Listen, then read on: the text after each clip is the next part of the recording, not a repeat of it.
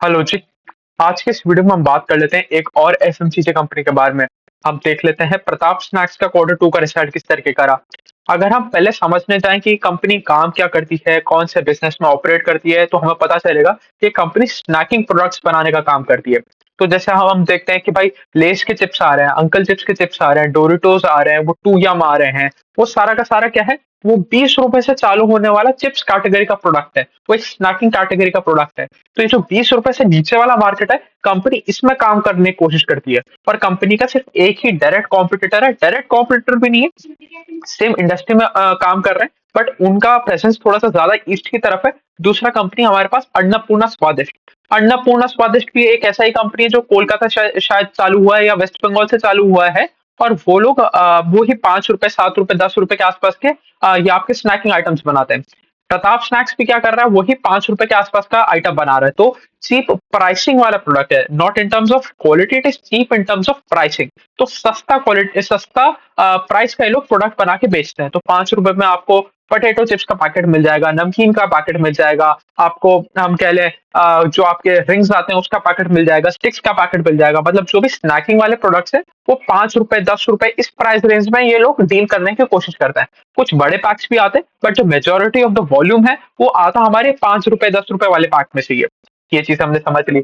अब हम देखें कंपनी का मार्केट कैप, तो हमें पता चलेगा 2,500 करोड़ रुपए के आसपास का ये कंपनी है।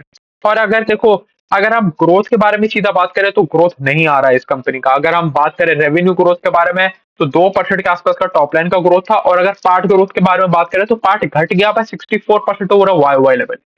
अब देखो कुछ चीजें समझते हैं। पहले तो ये समझते हैं कि भाई ये 64% का डी ग्रोथ कैसे आ गया पार्ट में। अच्छा, उससे पहले एक काम और करते हैं, कंपनी के गाइडेंस को भी सुन लेते हैं कि कंपनी क्या गाइड करके चलता है, और फिर हम कंपेयर कर सकें जिससे कि जो इन्होंने रिजल्ट पोस्ट किया उसको। तो कंपनी कहता है कि हम अपना 15% के आसपास का टॉप लाइन ग्रोथ करेंगे, हम अपने आरओसी को अबव 20% रखेंगे, और तीसरी चीज कंपनी अपने गाइडेंस में बोलती है कि हम अपने इबिटा मार्जिन को 10% से ज्यादा रखेंगे। और एक भी चीज कंपनी ने पूरी नहीं करी। टॉप लाइन ग्रोथ 15% बोलते थे, 2% किया। आपका अगर इबिटा मार्जिन के बारे में बोले, इबिटा मार्जिन कंपनी कह रही थी 10% से ज्यादा रखेंगे, 4.6% के इबिटा मार्जिन है। अगर हम आरओसी के बारे में बात करें तो कंपनी कहती है हमारा आरओसी रहेगा 20% के ऊपर। तो अगर आरओसी के बारे में देखने जाए तो आरओसी भी आपका 20% के ऊपर नहीं जा रहा। तो कोई भी मेट्रिक में कंपनी अपने गाइडेंस को फुलफिल ही नहीं कर पा रही। अब आप ये कह लो लॉन्ग टर्म टारगेट, तो लॉन्ग टर्म टारगेट तो आप 2050 का टारगेट दे दो तो हम काम थोड़ी कर सकते हैं। आपका एटलीस्ट चीजें सही डायरेक्शन में तो जानी चाहिए। अभी तो चीजें सही डायरेक्शन में जाती हुई भी नहीं देखने को मिल रही हैं। अब प्रॉब्लम्स क्या है, एक एक करके प्रॉब्लम भी समझ लेते हैं। पहला प्रॉब्लम है मैक्रो इकोनॉमिक एनवायरनमेंट। जो अभी हम देखें, अगर ये लोग 5 रुपए का प्रोडक्ट बना रहे हैं, तो ये कोई महंगा प्रोडक्ट तो बना नहीं रहे। तो ये लोग केटर करना चाह रहे हैं रूरल सेगमेंट को, थोड़ा रूरल इंडिया को केटर करने की लोग कोशिश कर रहे हैं। तो वहां पर वैसे ही कंज्यूमर के पास पैसा नहीं है, वो आटा दाल चावल के लिए तरस रहा है, वो खाने के लिए तरस रहा है, वो जाके स्नैकिंग आइटम्स थोड़ी खरीद के लाएगा। तो वहां पर मैक्रो इकोनॉमिक एनवायरनमेंट खराब होने की वजह से सेल नहीं आ रहा। सेकंड ऑफ ऑल, इनको थोड़ा सा सीजनैलिटी का भी फर्क पड़ता है कि भाई आपकी ज्यादा बारिश हो गई, ये हो गया, वो हो गया, बाढ़ वाला सिचुएशन आ गया, क्योंकि ये उसी तरीके के रीजन्स में जाके ऑपरेट कर रहे हैं। और इस कंपनी का ट्रैक रिकॉर्ड भी कोई बहुत अच्छा है नहीं। अगर जैसे 4 क्वार्टर होता है साल में, तो साल में एक क्वार्टर में आके ये लोग ग्रोथ दिखाते हैं, बाकी 3 क्वार्टर इनके ठंडे ही रहते हैं। और कंपनी अपने गाइडेंस को पूरा ही नहीं कर पा रहा। अगर हम देखने जाएं, आपका इतना छोटा बेस है, आपको इतना ग्रोथ पोटेंशियल है, आपको 10 साल में तो छप्पर फाड़ के ग्रोथ कर देना चाहिए था। बट अगर हम देखें 10 साल में 4 गुना, 5 गुने के आसपास ग्रोथ हुआ है। 10 साल में शायद 13-14% के सीएजीआर से ये लोग बढ़े। तो आपने पिछले 10 साल में भी कुछ काम नहीं किया, और आज भी आपको बहुत धमाकेदार काम करते हुए देखने को मिल नहीं रहा है। देखो, अगर आप देखने जाओ कि भाई 10 साल में अगर शेयर आपका 4 गुना हो गया तो बहुत अच्छी ग्रोथ है, नहीं, ऐसा नहीं है। आप इतना छोटा बेस लेके बैठे हो, आप कोई नेस्ले के बेस पे ग्रो नहीं कर रहे हो। 10 साल में 4 गुना तो नेस्ले ने से ज्यादा कर दिया होगा। जब नेस्ले इतना बड़ा कंपनी है, इतना वेल डिफाइंड कंपनी है, उसका ब्रांड वैल्यू इतना अच्छा है, वो इससे ज्यादा पेस पे ग्रो कर गया होगा 10 साल में। तो आपके पास इतना बेस का एडवांटेज था, इतना छोटा सा आपका बेस था, आपको तो इससे एटलीस्ट 10 टाइम्स ज्यादा पेस पे ग्रो करना चाहिए था। मतलब 10 टाइम्स आप आराम से कर सकते थे, मगर आपने कुछ भी नहीं किया। और आगे का भी जो आपका गाइडेंस है वो उतना अच्छा है नहीं, और जो गाइडेंस भी है उसको भी आप अचीव तो कर नहीं पा रहे हो। अब आ जाते हैं, थोड़ी सी बात कर लेते हैं कि भाई आपका ये जो 4.6% के आसपास का EBITDA मार्जिन रह गया, इसकी क्या हालात है। अब देखो, आप गाइड कर रहे हो 10% EBITDA मार्जिन का, 4.6% आपने डिलीवर किया। अब ये क्यों हुआ, इसके बारे में थोड़ी सी चर्चा करते हैं। इनका जो रॉ मटेरियल प्राइस है वो ऊपर चला गया, और ये ऐसी कंपनी नहीं है जो अपने प्राइसेस को कंज्यूमर तक पास ऑन कर पाए, जो सेम प्रॉब्लम आ रही थी रिलैक्सो के साथ। तो देखो दोनों कंपनियों को समझ लेते हैं, दोनों के अलग-अलग बिज़नेस सेगमेंट्स हैं बट प्रॉब्लम सेम आ रही है। वो भी एकदम सस्ते क्वालिटी का चप्पल बना के बेचना चाह रहे हैं, ये भी एकदम एकदम सस्ते प्राइस का आपको एक स्नैकिंग इंडस्ट्री में एंट्री देना चाह रहे हैं। तो अब वो लोग प्राइस नहीं बढ़ा सकते, ये दोनों की दोनों कंपनियां, चाहे प्रताप स्नैक्स हो जाए चाहे रिलैक्स हो जाए। अगर प्रताप स्नैक्स 5 रुपए का पैकेट 10 रुपए का पैकेट से अपने प्राइस बढ़ा के 20 रुपए का पैकेट कर देगा, तो लोग इसका इसका इसका ब्रांड छोड़ देंगे। जैसे इनके पास दो ब्रांड है, एक तो अवध है जो नमकीन बनाने का काम करता है और बाकी सारा प्रोडक्ट इनके डायमंड ब्रांड के अंडर आता है। तो लोग बाग डायमंड को छोड़ेंगे, लेस को खरीद लेंगे। भाई लेस तो मेरे को पहले ही पता है कि एक मल्टीनेशनल कंपनी है, उसका ब्रांड वैल्यू ज्यादा है, ब्रांड प्रेजेंस ज्यादा है, ब्रांड से रिजेम्बलेंस ज्यादा है, सारी चीजें लेस का अच्छा है। तो अब मैं जाके लेस का पैकेट खरीद लूंगा, 20 रुपए में मैं डायमंड का चिप्स क्यों खरीदूंगा? तो इसलिए इनके अपना प्रोडक्ट का प्राइस नहीं बढ़ा सकते, इनको बेचना तो वही 5 6 रुपए 7 रुपए के आसपास में ही है। तो इस वजह से कंज्यूमर को प्राइस पास ऑन हो नहीं पाया, इन्फ्लेशनरी प्रेशर आ गया, क्योंकि जो आपकी तीन मेन चीजें हैं चिप्स बनाने में, दैट इज आलू, आपका आटा और तीसरी चीज है पाम ऑयल, तीनों के प्राइसेस बढ़ गए, तीनों के प्राइसेस बढ़ गए, आप कंज्यूमर का प्राइस बढ़ा नहीं पाए, आपका ग्रॉस मार्जिन की ऐसी तैसी हो गई, आपके एबिटा मार्जिन नीचे आ गए। यहाँ पर हमें वो चीज देखने को मिली। और मैनेजमेंट ने ये बताया कि ये हालात तो तब है जब हमने श्रिंकफ्लेशन कर दिया। श्रिंकफ्लेशन का मतलब क्या हुआ कि भाई हमने अपने प्रोडक्ट में जो पैकेजिंग में प्रोडक्ट डालना ही कम कर दिया है। तो अगर पहले ये लोग अपने 5 रुपए के पैकेट में सपोज 20 ग्राम चिप्स दे रहे थे, तो अब 15 ग्राम ही चिप्स दे रहे हैं, मतलब ज्यादा हवा भर रहे हैं। उसके बाद भी 4.6% के आसपास का एबिटा मार्जिन बना पा रहे हैं, ढंग का मार्जिन ही बढ़ पा रहा। तो अगर अगर सेम क्वांटिटी ऑफ प्रोडक्ट रखते तो शायद आज इससे भी बुरी स्थिति होती। तो बिल्कुल बैंड बजा हुआ है, कहीं भी हमें कोई कुछ ढंग का देखने को ही नहीं मिल रहा। तो हालत तो खराब है। चलो ये चीज भी हमने समझ ली। अब हम देख लेते हैं कंपनी के क्या क्या सेगमेंट्स है। तो कंपनी चार मेन सेगमेंट में ऑपरेट करती है। एक तो आपका हो गया पोटैटो चिप्स वाला सेगमेंट, दूसरा हो गया आपका नमकीन वाला सेगमेंट, फिर आपका हो गया स्वीट्स वाला सेगमेंट, और फिर हमारा आ गया एक्सक्रूडेड स्नैक्स वाला सेगमेंट, जो जो आपके अलग अलग तरह के वो स्टार्स हो गए, रिंग्स हो गए, वो कटोरी हो गई, ये सारे जो चीजें हैं ये एक्सक्लूडेड स्नैक्स वाली कैटेगरी में आती है। और सबसे ज्यादा रेवेन्यू कंट्रीब्यूशन भी यही वाला सेगमेंट लेके आता है।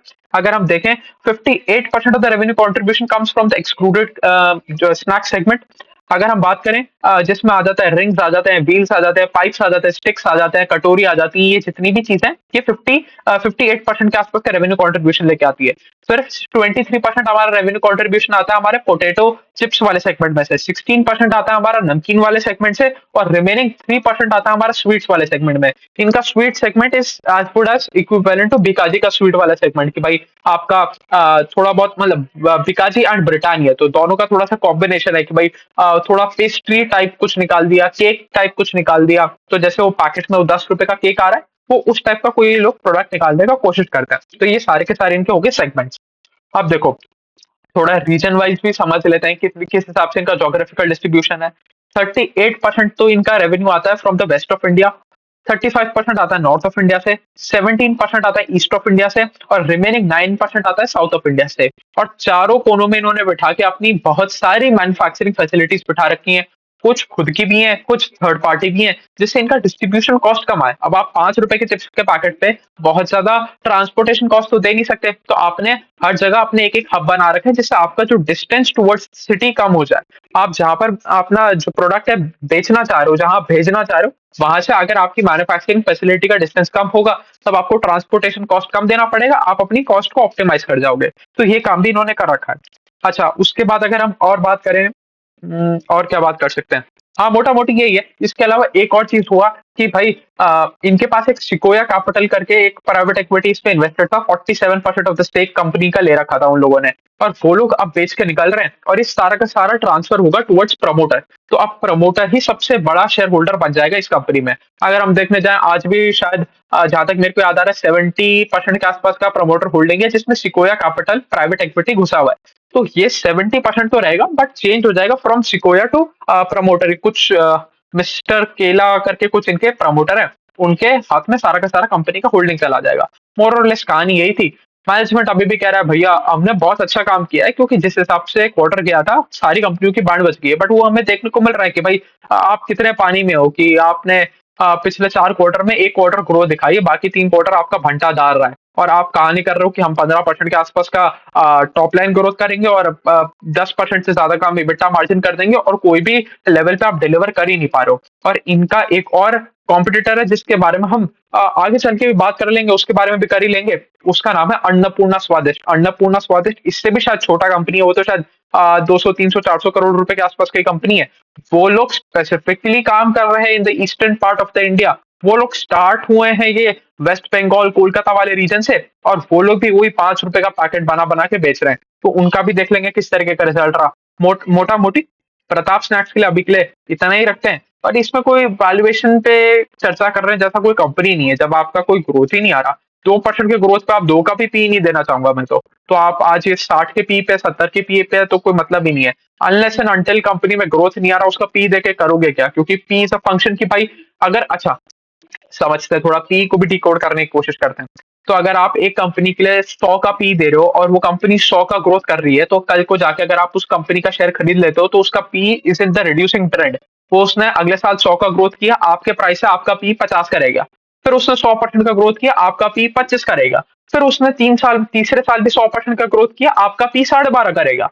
तो आपने एक कंपनी खरीदा था, जिस दिन खरीदा था उस दिन 100 के पी पे था, बट ग्रोथ 100% का था। तो 3 साल बाद आपका जो प्राइस है उसके ऊपर पी आपका 12.5 का आएगा, 12.5 का पी रह जाएगा।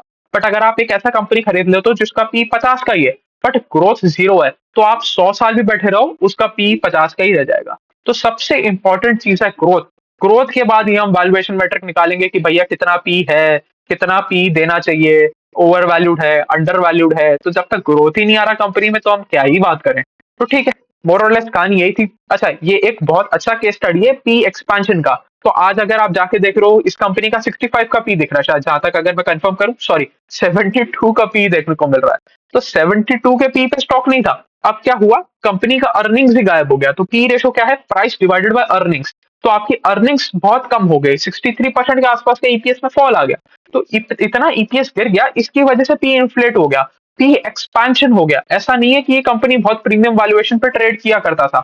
तो ये चीज हमें समझने का जरूरत है कि ये कंपनी वही 20, 25, 30 के पी के आसपास बिकता था, बट जैसे ही आपका नीचे डिनोमिनेटर है, डिनोमिनेटर का वैल्यू छोटा हो गया तो आपका ओवरऑल फिगर बढ़ गया। तो इस कंपनी का पी एक्सपेंशन हो गया खराब रिजल्ट के बाद। तो ये कोई खुशी बनाने वाली बात है नहीं। तो चलिए, मोटा मोटी यही था प्रताप स्नैक्स के बारे में। अभी के लिए इतना ही रखते हैं। Thank you.